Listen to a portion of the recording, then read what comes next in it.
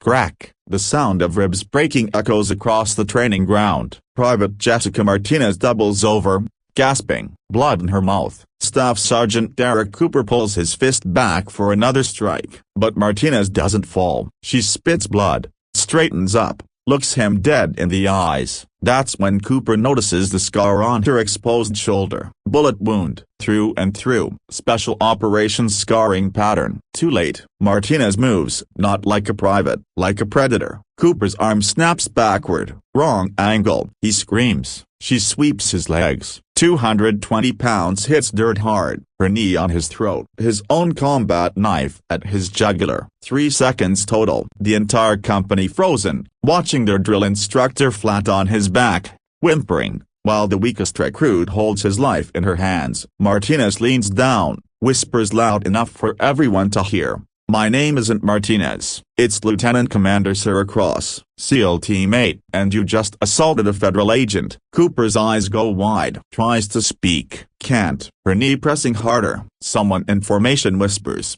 "Holy shit, that's Havoc." Another voice, "The Mosul Ghost." Martin's across it doesn't acknowledge them. She pulls out a badge, holds it where Cooper can see. 3 months undercover, investigating steroid trafficking in training units. "And you, Sergeant, just gave me everything I needed." She stands, lets Cooper gasp for air. He rolls over, coughing, crying. General Morrison's jeep screeches up. He jumps out, sees Cooper on the ground, Cross standing over him. Blood on her face but standing tall. "Commander Cross?" "General, is your cover blown?" "Deliberately. Had what I needed." Cooper here was getting suspicious. Figured I'd let him make the first move. She touches her ribs. "Assault on federal agent. That's 5 to 10 years. Morrison looks at Cooper. "Sergeant, you're under arrest." But Cross raises her hand. "Not just him, General." She pulls out her phone, shows Morrison a list. 23 names, all ranks, all involved. "Your base has a problem, sir. Steroids, combat enhancers, unauthorized supplements. They're not just using, they're dealing to other bases, to civilians." Cooper here is middle management. Morrison's face goes wide, reading the names. 2 majors, 5 captains, his own aide-de-camp. Cooper tries to crawl away.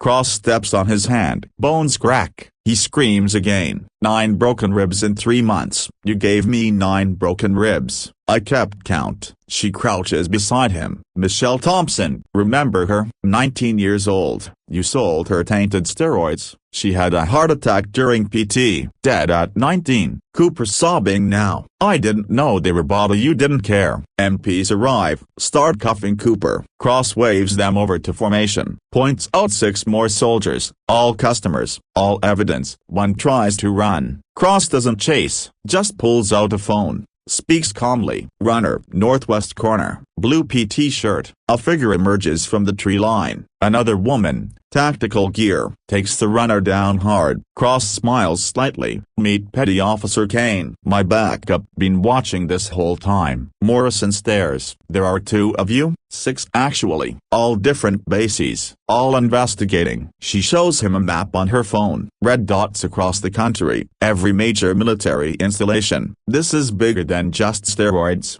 General. Performance enhancers, experimental drugs, some of it coming from overseas. Enemies of the state funding it, getting our soldiers hooked, compromised, dependent." Morrison grabs his radio. "Lock down the base, nobody in or out." Cross shakes her head. "Too late for that." She points to the parking lot. "Black SUVs, federal agents already loading suspects. We've been ready for weeks. Just needed Cooper to assault me on camera." Points to the security towers. Everything recorded, multiple angles. Cooper being dragged away, shouts, "You set me up." Cross walks over to him. "Number, you set yourself up the day you decided to poison soldiers for money." She turns to the formation. 200 soldiers standing at attention. Shocked, some scared. "If any of you bought from Cooper, from any of them, you have 24 hours to come forward. Voluntary admission. Treatment, not prison." After 24 hours, we check everyone. Blood tests, hair tests. No mercy for those who hide. A young private raises his hand,